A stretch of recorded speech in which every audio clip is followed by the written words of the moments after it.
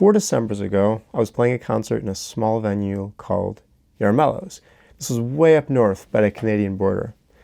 It was blistering cold outside, and I was doing my best to heat things up with my electric mandolin inside. During a break, a group of nurses from Minneapolis asked me to join them at their table. They had heard that I sometimes give advice about ethical puzzles, and they wanted to know what I would say about a particularly challenging puzzle from their workplace. So I told them that if they bought me a kombucha, I would give it a shot. And luckily for me and for them, they were game. So apparently, at that time in their hospital, there was a doctor who was a nightmare to work with, and her name was Dr. Elaine Bennis. Now, Dr. Bennis was a genius, and nobody doubted that. But the issue was that she had a couple of really bad habits. So one thing that she would do was steal supplies from the hospital. Now, it started small. She would steal a pencil here, a stapler there, but then it progressed. And at this point, when the nurses were talking to me, she was stealing money from the vaults of her patients while they were asleep, and she was stealing Oxy from the pharmacy. Also, one weekend, she spent way too much time on Facebook, and afterwards she stopped believing that vaccines were in any way useful for preventing the mass spread of viruses. Now, nurses suspected, but they couldn't prove that Dr. Bennis had been teaching anti-vaccine propaganda to her patients and then falsifying their vaccination records. And in addition to kind of the cherry on top, she was very verbally abusive to her staff, and she would viciously insult them whenever they were slower than her when it came to figuring out a diagnosis. And sometimes they were, because she was, in fact, a genius. Now, after the nurses finished telling me their story, they asked what I thought they should do. And as I often do, I turned the question back to them, and I said, "What do you think you should do?" So one of the nurses, a younger guy named Tom, he told me that he thought that they should go to the press. And in fact, he went on and said that a nurse should always go to the press whenever misconduct is discovered. And so I said, okay, anybody else? And another nurse, this was a wise, seasoned veteran of many decades named Beatrice. She said they should just ignore Dr. Bennis's misconduct. She said that the way that she had survived as long as she had in that hospital was by keeping her nose out of other people's business. And that nurses, in fact, should always mind their own business. Now, at this point, it was time for me to go back and play some more music. So I told Tom, Beatrice, and the others that I would think about it some more and get back to them. And as I started to play, I had many questions and very few answers. I knew that I would need to sit down and think about these issues a lot more carefully before I would be able to offer anything of value to the group. So let's start by just clarifying what it is that we're talking about. So what's our topic?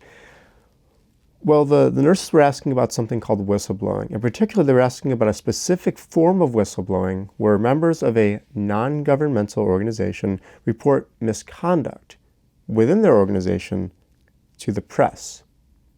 And in what follows, I'm going to use the word whistleblowing to refer quite narrowly to cases of whistleblowing that have all of those features that I just listed. So go back and rewind the tape if you want to remember what those are. But keep in mind that there are other kinds of whistleblowing. There's whistleblowing by government officials.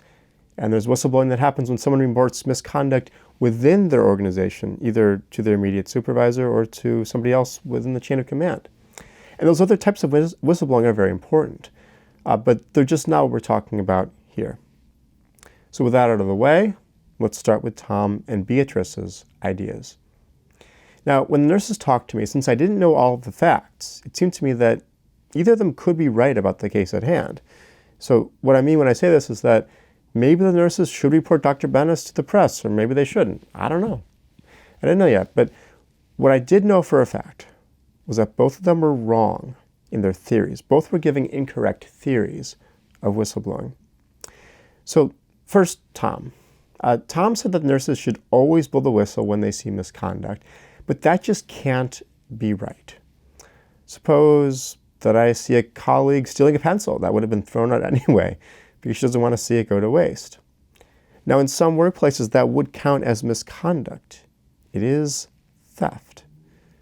but it's so harmless that it'll be a waste of my time to report it. I'm not gonna do that. Suppose on the other hand that I see my boss lie to a customer about the origin of a transistor in a guitar pedal. So my boss says that it's a vintage NKT275 germanium transistor from the 1960s, but I know that it's just a modern replica.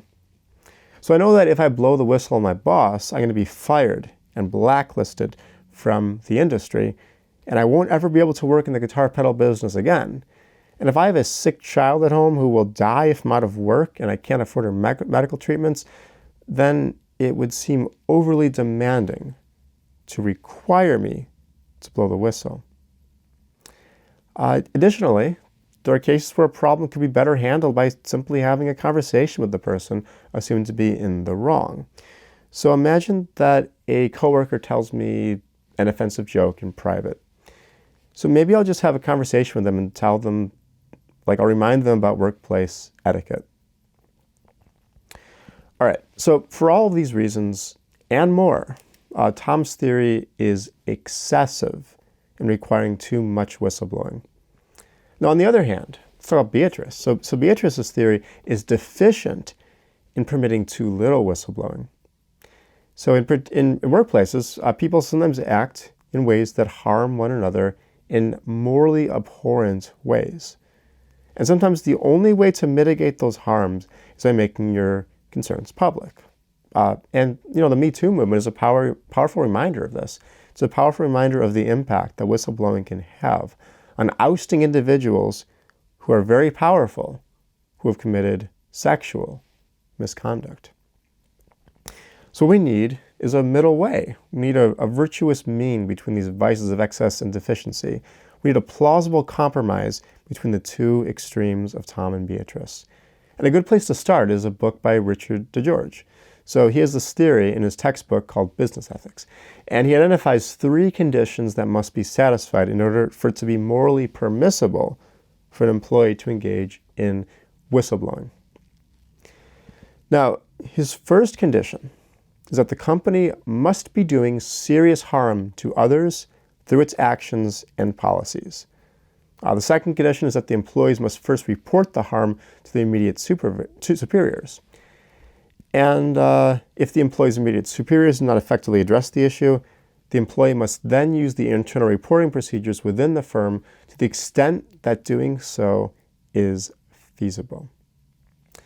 Now, according to DeGeorge, when these 3 conditions are met, then it's morally permissible for an employee to blow the whistle to an outside source like the press.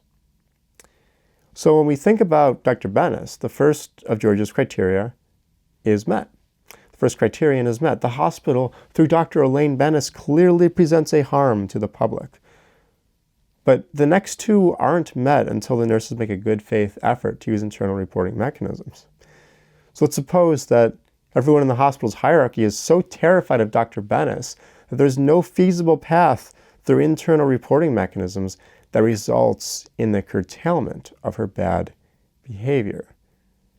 Now, on this assumption, the nurses are permitted, according to DeGeorge, to blow the whistle.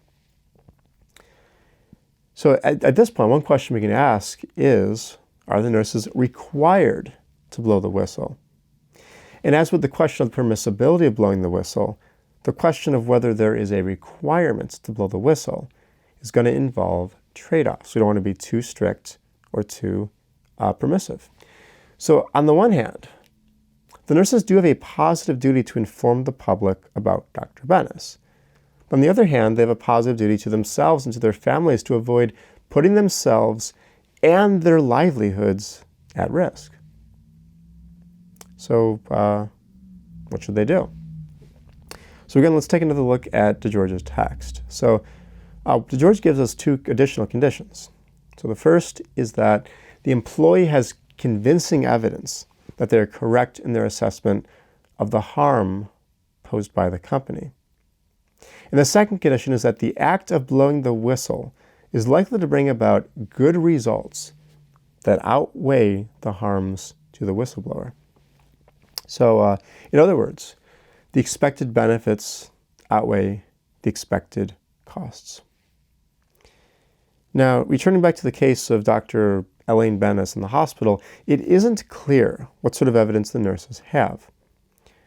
So let's review what they said. They said that they suspect, but they can't prove, that Dr. Bennis is peddling anti-vaccination propaganda. So I don't think, based on the George's theory, that they have an obligation to blow the whistle on that charge.